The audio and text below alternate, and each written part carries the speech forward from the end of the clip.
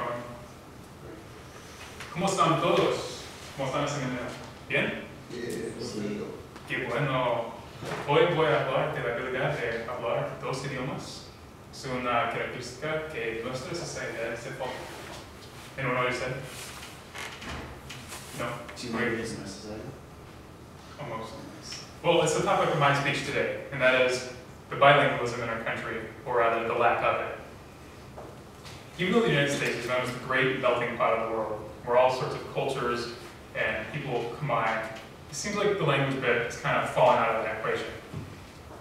The rising proportion of non-native, of non-English speakers in our country, it's important that we move our efforts back to integrating our country into the globalized world. I've been studying Spanish for a number of years in order to accomplish this goal for myself. Even though I'm not quite there yet, I've already had many opportunities that have opened up to me just because of my language skills. So I'm going to talk to you today about why it's important for the country to be more bilingual and what we can do to get it there. So the United States has become less competitive in the global market simply because of the inability of its citizens to speak a second language. Accessing emerging markets becomes much more difficult when you don't speak the native language. The markets such as Spanish-speaking South America and various Asian countries are slipping out of the reach of United States businesses simply because of this inability. We currently rely on the other end of the transaction to speak our language. Does that make any sense? If you wanted to pitch someone something, would you make them learn your language first? Moving on. The lack of language diversity closes many doors in our domestic business as well. Proper communication fosters trust between the two parties and enables better understanding and cultural mingling. Closer to home, we can see the effects much more acutely than in boardrooms of big business. According to the 2012 United States Census, about 17% of the United States population is Hispanic or of Spanish origin. That's nearly 1 in 5 people. 1 in 5 people that have a non-English background.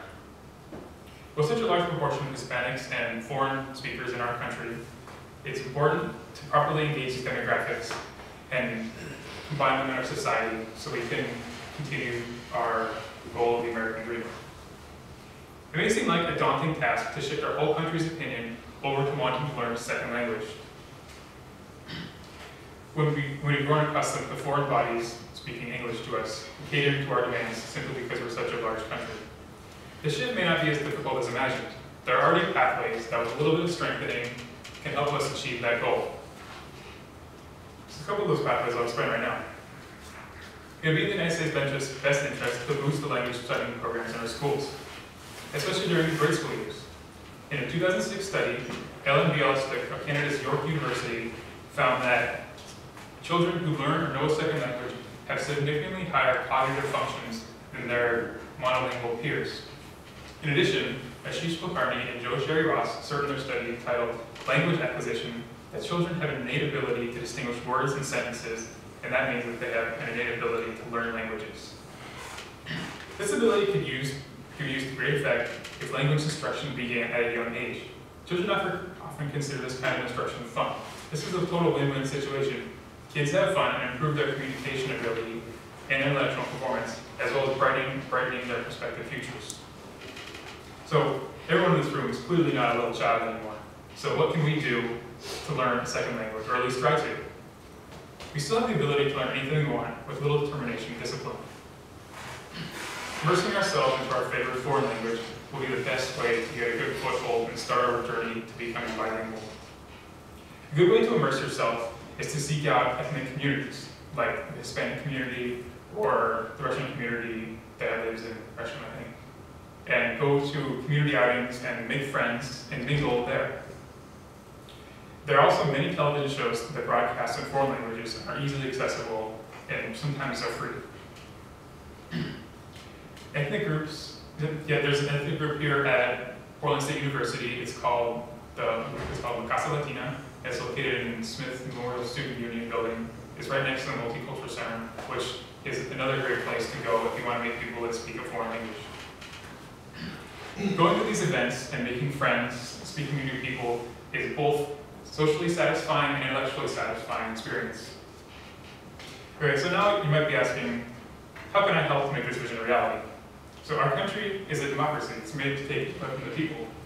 So what you can do is you can send a letter to your local school board or the governor in favor of strengthening our language programs and bringing this kind of instruction back into our schools.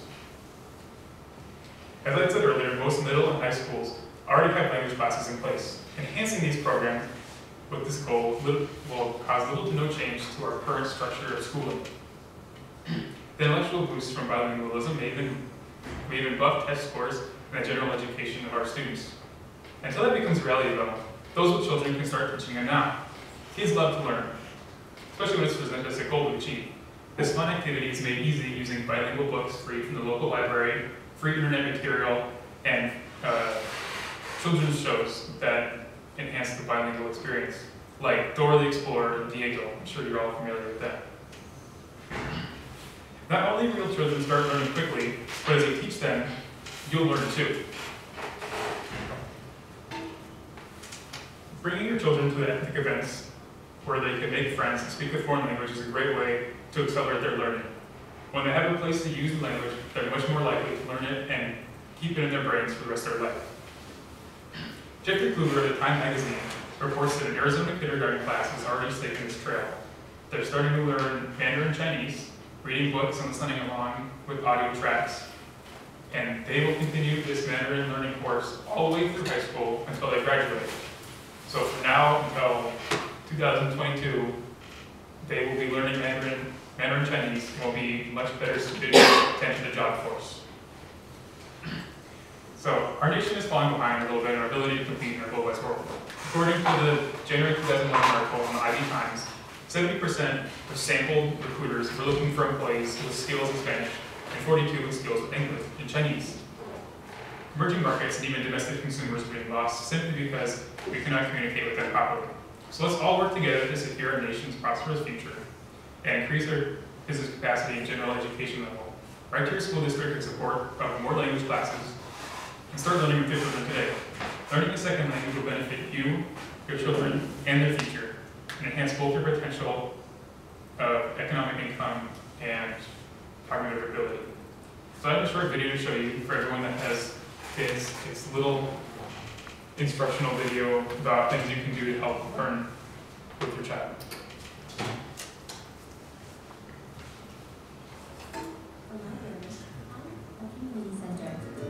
Step 1. Get the entire family on board. Talk to your family and ensure they are comfortable with the decision. Decide together which method you want to use to teach your child 2 languages. Stick to the method you choose as much as possible to avoid confusion. Step 2. Take a realistic approach to your teaching methods. You don't want to over or underwhelm your child or your family. Research shows that the child should be exposed to a language 30% of their waking time. Step 3. Find other parents in your community who are raising a bilingual child, especially the languages you are teaching. Set up play dates and swap books, stories, and advice. Build it. That's how you do it.